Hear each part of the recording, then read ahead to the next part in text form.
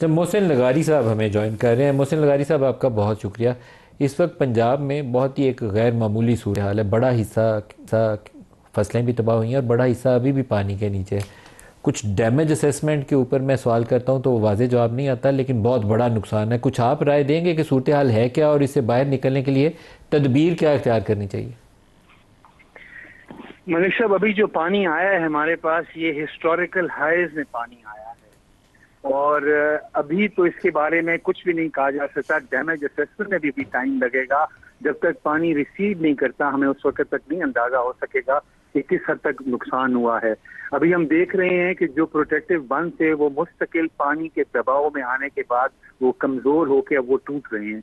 वो इस तरह तो नहीं होता कि कंसिस्टेंटली वो उस पानी को बर्दाश्त करते रहे। उनकी एक कैपेसिटी होती है कि कितनी देर तक वो उसको रोक सकते हैं पानी को, क्योंकि फिर वही मिट्टी के बने हुए बंद हैं, वो उनमें भी इरोजन शुरू हो जाती है और वो कमजोर होना शुरू हो जाते हैं। तो मेरे ख्याल में असेसमेंट के लिए तो अभी बहुत जल्दी है ये बातें करना। और अगर कोई कह रहा है कि वो असेसमेंट करें तो मेरे ख्याल में सिर्फ वो इस वक्त वो बस कह ही रहे हैं, हो नहीं सकती अभी।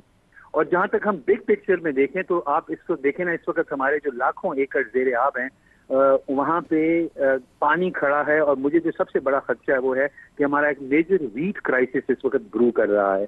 वो लोग देहात वाले जो अपने दाने रखते हैं, उनके दाने बह गए, उनकी गंदम बह गई है। उन्होंने अपने बीज के लिए भी संभाल के रखा होता पानी, जहाँ पे उनकी अच्छी फसल रही होती है जिन एकड़ों के अंदर, उसको वो रख लेते हैं कि अगले साल बीज के लिए इस्तेमाल करेंगे, वो भी उनका बह गया है।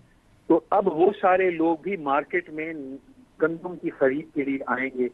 इस साल हुकूमत ने कोई स्ट्रेटेजिक रिजर्व के लिए परचेज किया नहीं है, तो हुकूमत के पास भी कोई स्टोर नहीं है, स्टोरेज बैकअप के लिए नहीं है कोई चीज। तो अब जो है मार्केट फोर्सेस, वो बेसिक इकोनॉमिक्स वाली सप्लाई एंड डिमांड, सप्लाई जो होगी वो लिमिटेड होगी, डिमांड बढ़ेगी तो कीमतें बढ़ेंगी। मैं देख रहा हूँ टेली टैक्स मुस्तकिल चल रहे हैं कि वो फ्लोर मिलें जो उन्होंने बंद कर दी हैं, और वो लोग कह रहे हैं फ्लोर मिलों वाले के 4,000 रुपए मन पे गंदम लेके वो नहीं दे सकते सस्ता आटा। यही गंदम जो है अगर आप याद करें तो किसान ने ये 2,000, 2,100, 2,200 रुपए मन में बेची है। और आप अब जो जिन लोगों ने वो ले लिया, जिन्होंने वो जखीरा कर लिया है, अब वो लोग उसके लिए 4,000 डिमांड कर रहे हैं, बिकॉज मार्केट की डिमांड बढ़ गई है। तो मोहसिन साहब, ये इसी तो तरह फिर वो दो धारी तलवार होगी कि राइस क्रॉप जो है वो पानी में बह गई है और उसका टाइम भी नहीं है। नवंबर में आगे गंदम की बुआई शुरू हो जाती है, और गंदम अगर किसी ने स्टोर की थी तो पानी से डैमेज हो गई है। तो फिर तो दो बड़ी क्रॉप चली जाएं तो गांव के गांव जो है वो मलिक पॉवर्टी साहब, लाइन से हम नीचे एक चले और चीज, जाएंगे। हम लोग ये नहीं, सिर्फ गांव की बात नहीं है, ये हम भूल रहे हैं, राइस हमारा मेजर एक्सपोर्ट अर्नर भी है। ट्रू। राइस हमारा मेजर एक्सपोर्ट अर्नर है कॉटन और टेक्सटाइल के बाद। तो हमारा जो एक्सपोर्ट अर्निंग का था वो भी गया। अभी यही पानी जब साउथ पंजाब में खड़ा हुआ है तो कॉटन की फसल भी तबाह हो गई है।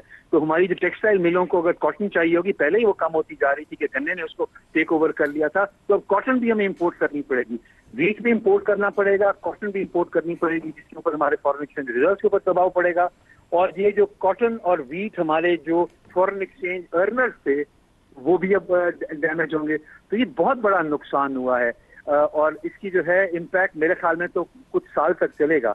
जिस आदमी की सारी फसल डूब गई, अब सोचे ना, उसने सारे जो इनपुट डाले हुए थे, अगली फसल के लिए क्या उसकी, वो जैसे कहेंगे उसकी कमर ये इतनी सीधी होगी कि वो अगली फसल सही तरीके से लगा सके, वो अगली फसल के लिए प्रोविजंस कर सके, बीज ले सके, खाद ले सके, डीजल ले मोहसिन सके। साहब, एक उसकी तो चीज़ गाय भी, बताइएगा कि भैंस भी डूब। गांव में जिन लोगों की सारी फसलें बह गई, जिनके घर वर भी गिर गए, वो नुकसान, उनके माल मवेशी भी बहुत सारे लोगों के मारे गए, उनको सपोर्ट का मैकेनिज्म क्या हो? कैश ट्रांसफ़र की जाए, क्या किया जाए? कोई तरीकाकार भी तो अपनाना पड़ेगा ना। आपकी तजवीज़ क्या है?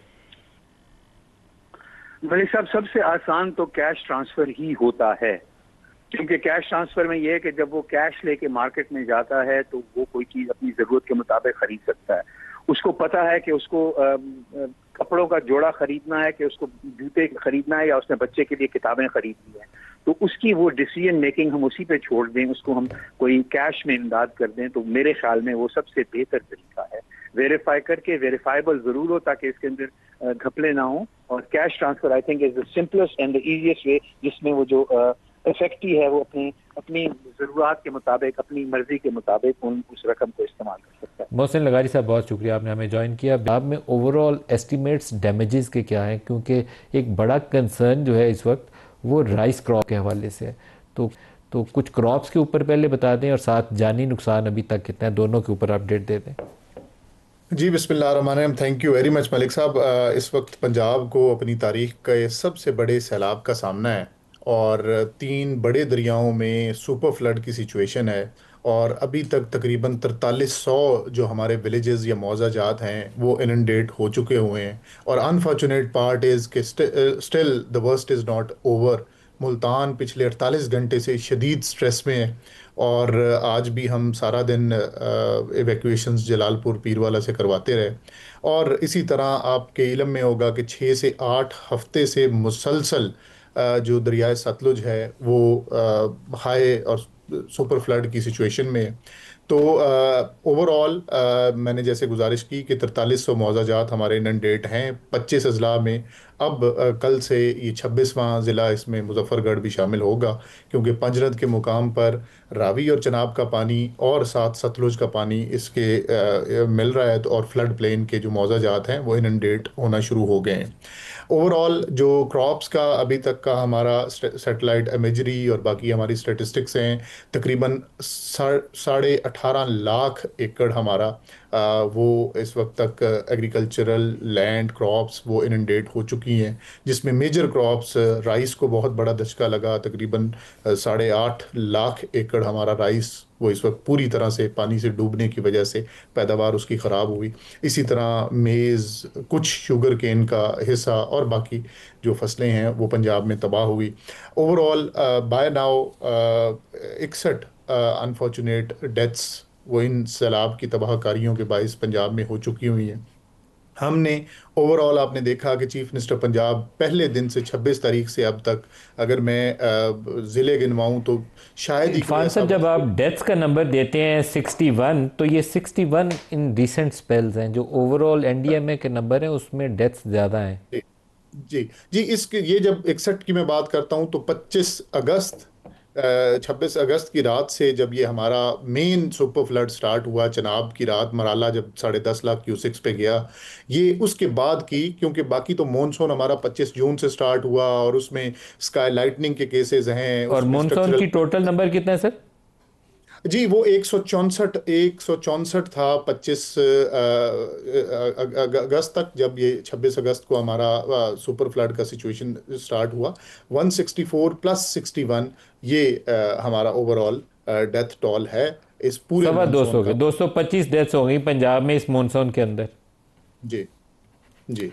तो इसी तरह से हमने तो सर, जो मलिक साहब। बीमारियों की सूरत हाल है, अगर मैं उस पर भी आपसे साथ पूछ लूँ, बीमारियों के हवाले से बहुत ज़्यादा कुछ तशवीशनाक खबरें हैं। बाज़ इलाकों के अंदर डेंगू आउटब्रेक के हवाले से, डायरिया, पिंक आई, कुछ अदादोशुमार आपके पास हैं कि इस वक्त डेंगू की क्या पोजीशन है? क्योंकि इसको संभालना भी एक बहुत बड़ा दर्दनाक चीज़ है। जी ये बिल्कुल इस जो हमारा सुपर फ्लड है 26 अगस्त से पहले ही पिंडी डिवीजन मरी में हमारा डेंगू के आउटब्रेक का हमें सामना था, और उस पे health department government of Punjab पूरी तरह से अपनी काविशें कर रही थी। लेकिन अब इतनी मैसिव टोरेंशियल रेनफॉल फॉल्स के बाद और इतनी मैसिव इनंडेशन के बाद जो वाटर बॉर्न डिजीजेज हैं, डेंगू है, इस और इसी के पेश नज़र चीफ मिनिस्टर पंजाब की डायरेक्शंस पे फ्यूमिगेशन और जो बाकी इसके स्प्रेज हैं वो हम मलेरिया कंट्रोल उसको तमाम इन मुतासरा अजला में अभी वो इंश्योर स्टेट्स कर। क्या है आपके पास? अदादोशुमार हैं कि कितने लोग डेंगू और डायरिया का शिकार हैं? नहीं, इस वक्त वो मेरे पास अदाद शुमार नहीं होंगे। ओवरऑल मैंने जैसे कहा कि मैयर्स हम ये ले रहे हैं, और बाकी आपके इलम में ही होगा कि जितने हमारे 450 रिलीफ कैंप्स हैं तमाम में मेडिकल कवर को हम इंश्योर कर रहे हैं। इसी तरह क्लिनिक ऑन व्हील्स की जितनी भी हमारी फैसिलिटीज़ थी वो इस वक्त मुतासरा 26 अजला में पूरी तरह से विजिबल हैं। और आपने देखा कि क्लिनिक ऑन बोट्स भी पिछले 3 से 4 दिन से वो उन स्ट्रैंडेड लोगों को कि जो फ्लड प्लेन में उन जगहों पे हैं कि हाई राइज प्लेसेस में हैं लेकिन इर्द गिर्द तमाम पानी है, तो उनको मेडिकल कवर इंश्योर करने के लिए गवर्नमेंट ऑफ पंजाब ने जो मैयर्स की हैं वो उसके पेश नज़र ये हेल्थ कवर को इंश्योर किया जा रहा है। जी इरफान साहब, ये मोस्ट लाइकली लास्ट 2-3 डेज हैं रेन स्पेल के पंजाब वाली साइड पे। तो जो पीछे से भी पानी आ रहा था इंडिया से, होपफुली वो उसका भी फ्लो अब थम जाएगा। तो क्या एक्सपेक्टेशन क्या है कि ये पंजाब वाली साइड से इस पानी ने अभी सिंध में जाना है? सिंध में भी बड़ी मुश्किलात का सामना करना पड़ेगा, लेकिन पंजाब वाली ये जो बेल्ट है, आपके ख्याल में ये कब तक पानी यहाँ से आगे मूव करेगा? अब मलिक साहब, इसमें जो हमें रिलीफ कट्स और जो हमें ब्रीचिंग सेक्शंस ऑपरेट करने पड़े, वो हेड कादराबाद का हो या रिवाज ब्रिज का, या हमें माई सफूरा बंद रावी पे हो, इन्होंने उन उन इलाकों में इनंडेशन की है जिनमें पंजाब और पाकिस्तान की तारीख में कभी पानी नहीं गया था। तो इतनी मैसिव पॉन्डिंग इस वक्त सेंट्रल पंजाब में और इन इलाकों में है कि और फिर आगे से ये जो हमने यूनिक फिनोमेना पहली दफ़ा मलिक साहब देखे कि रावी का पानी जो है वो अहमदपुर सियाल में जिस मुकाम पे चनाब के पानी से मिलना है, चनाब का फ्लो ज़्यादा होने की वजह से बैक वाटर इफेक्ट के तहत जो पीरमैल की तहसील है, टोबा की तहसील पीरमैल और खानेवाल की तहसील कबीरवाला में मैसिव इनंडेशन है। और ये पानी अभी भी प्रॉपर चनाब का पानी रावी के पानी को बैक वाटर इफेक्ट में मुसलसल वो धकेले हुए और रास्ता प्रॉपर नहीं मिल पा रहा। और इस वक्त भी सदनाई पे हमने ब्रीच को, आज 5वां दिन है, अभी तक हम 1,38,000 क्यूसेक्स पे अभी तक सदनाई चल रहा है। और ये पानी सारा उस ब्रीचिंग सेक्शन से ये टोबा और खानेवाल के इन इलाकों में जा रहा है, जो मिजरेबल कंडीशन है वहाँ पे, और एडमिनिस्ट्रेटिव मेजर्स को इंश्योर किया जा रहा है। लेकिन बहरहाल ये एक बहुत बड़ा चैलेंज है। और इसी वजह से ये जो पॉन्डिंग, जैसे आपने आप सवाल किया कि कितने दिनों तक ये क्लियर होगा, इसके टाइम लैग्स और टाइम लाइन सारी इस वक्त डिस्टर्ब्ड हैं। और फिर आगे यही जो फिनोमेना इधर हुआ, ये आज हमने जलालपुर पीरवाला पे देखा कि चनाब के पानी और सतलुज के पानी में भी फिर यही है कि हमारा पानी जो दोनों दरियाओं का एक दूसरे को रास्ता देना है, वो एक का फ्लो ज़्यादा होने की वजह से दूसरे में पॉन्डिंग इफेक्ट है। और similarly this goes for Indus के ज़्यादा फ्लो की वजह से चनाब को जो कोट मिठन पे भी एक हमें चैलेंज का सामना है। लेकिन बहरहाल most probably in in in in one maximum 1 week हमारा काफ़ी सारी सूरत हाल बेहतर हो जाएगी जी। इरफान अली काठिया साहब, डी पंजाब, बहुत शुक्रिया आपने हमें ज्वाइन किया। खालिद खोखर साहब, किसान इत्तेहाद के सरबराह, हमें ज्वाइन कर रहे हैं। खालिद साहब, अभी इरफान साहब ने हमें बताया है कि कुछ 18.5 लाख एकड़ के ऊपर खड़ी फसलें तबाह हुई हैं, जिसमें 8.5 लाख एकड़ के ऊपर चावल की फसल है। इसके अलावा मेज़ और शुगर केन भी मुतासर हुई है, लेकिन चावल तो बड़ी फसल है। अगर 8.5 लाख पे तबाह हो जाए, क्या सूरत हाल क्या है? आप अपनी ज़बानी कुछ बता दें। जी बहुत शुक्रिया जी। इसमें कोई शक नहीं कि चावल की फसल का नुकसान हुई है, कपास की हुई है, मक्की की हुई है, गन्ने की फसल हुई है। इसी तरीके से तमाम सब्जियात हैं, चारा जात हैं, और फिश फार्मिंग का बहुत बड़ा लॉस हुआ जी उनका, क्योंकि पर एकड़ खर्चा ज्यादा है। उनका पर एकड़ खर्चा है 7 से 8 लाख रुपए पर एकड़ उनका खर्चा है, वो उसका बहुत बड़ा लॉस हुआ है। अभी ये जो बात कर रहे थे कबीरवाला की, कबीरवाला में बहुत नुकसान हुआ है फिश फार्मा का, मुजफ्फरगढ़ में, हाफजाबाद में, मंडी बहाउद्दीन, नारोवाल में, सब जगह पे तमाम फसलों के नुकसान के अलावा बाकी ये है कि काश्तकारों को जब घर बने हुए थे, गरीब लोगों के, मजदूरों के, किसानों के, सबके जो घर इंफ्रास्ट्रक्चर सारा खत्म हो गया। उनके पास बचा ही कुछ नहीं कि वो कुछ खा पी सके या उनका कपड़े पहन सके। जो पहने हुए उनके पास वही कपड़े हैं। जानवर उनके भूखे हैं। जानवर का भूखा होना भी उनके लिए बहुत बड़ी एक तकलीफ दे अमल है। यानी मैं इस वक्त उन लोगों की जो इस वक्त बाहर बैठे हुए सड़कों के ऊपर, उनके जज्बात का मैं लफ्जों में अहाता करके नहीं बता सकता, बल्कि उनके जज्बात की मैं शिद्दत आप तक नहीं पहुंचा सकता, जितने वो परेशान है, जितने अपसेट है इस वक्त। और उनको हमें एक चीज और की भी परेशानी खाई जा रही है कि अगली फसल कैसे काश्त होगी। उनके पास तो अब पैसा नहीं है, कुछ चीज बची नहीं है। पहले ही हुकूमती पॉलिसियां जो थी वो किसान कुछ थी, यानी कि गंदम का रेट 2 साल में हमें 2200 अरब रुपए कम मिला, कास्ट ऑफ प्रोडक्शन भी पूरी न हुई, कपास की फसल में कोई रेट नहीं मिला, यानी कि आज से 10 साल पहले जो रेट था आज उससे भी कम रेट है, कास्ट ऑफ प्रोडक्शन बढ़ गई, सारी चीजें, यानी कि सारे नुकसान अगली फसल में। दूसरा मलिक साहब, मैं एक चीज आपको अर्ज करूं, जो चीज मैं देख रहा हूं, मैंने अपनी उम्र में ये चीज पहले नहीं देखी। पहले हमेशा सैलाब आते थे, खिदमत खल्क करने के लिए मुखय्यर हजरात निकले होते थे। इस दफा वो तादाद मुझे नजर नहीं आ रही। ये हम बहसियत पूरी कौम मिल के अगर इनकी खिदमत करें, इनको बहाल करने के लिए काम करें, तो हो सकता है अकेली हुकूमत भी नहीं कर सकती।